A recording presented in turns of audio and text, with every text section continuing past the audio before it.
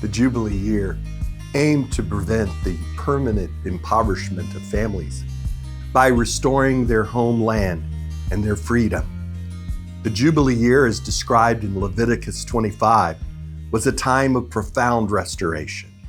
Debts were forgiven and property was returned to the original owners, allowing individuals and families to return to their ancestral lands, to their homeland.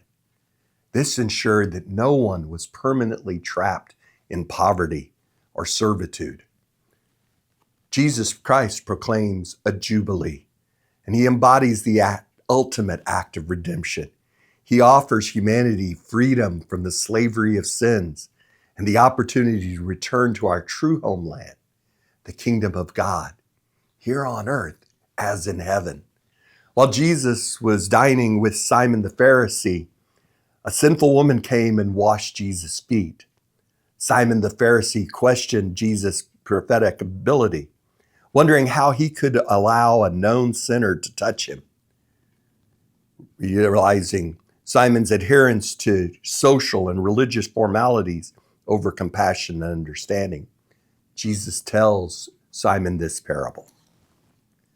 A certain creditor had two debtors. One owed 500 denarii and the other 50. When they could not pay, he forgave them both.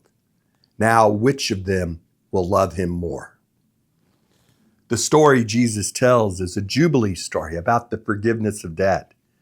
Simon correctly answers the question that, of course, it was the one that owed him more that would love him more.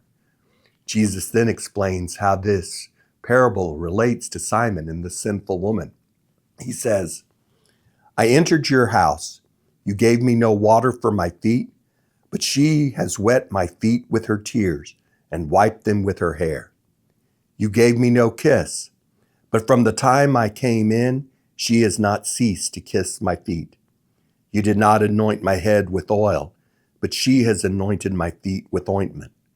Therefore I tell you, her sins, which are many, are forgiven, for she loved much. But he who is forgiven little loves little. The Pharisees at the table were all aghast that Jesus talked about forgiving sins. That only God can forgive sins. He sounded blasphemous. So Jesus begins his healing ministry, healing the lame and the blind, the leper, to show that he has the authority to forgive sins. Jesus' healing ministry functions as a sign, first, of his authority. Through his healing, he has that authority to forgive sins. He shows that he's there. But secondly, the physical healing manifests the spiritual healing affected by Jesus' forgiveness of sins. Jesus' healings are not simply random acts of power or pity, but signs that inaugurate the good news of the kingdom of God.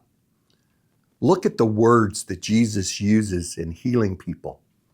In almost every case, Jesus does not simply declare the person healed, but tells them to rise, be cleaned, or be freed.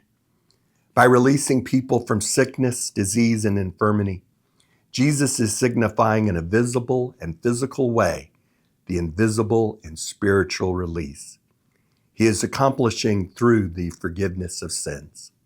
St. John Paul II said, in Jesus' eyes, healing are also a sign of spiritual salvation, namely liberation from sin. By performing acts of healing, he invites people to faith, conversion, and the desire for forgiveness. The healings are messianic signs, evidence that the kingdom of God has arrived in the person of Jesus. It is the good news to the poor and a sign of the liberation offered to those who follow Jesus. Jesus' healing ministry is truly the sign we are set free through the forgiveness of our sins, to go to our true home, the kingdom of God, here on earth as in heaven.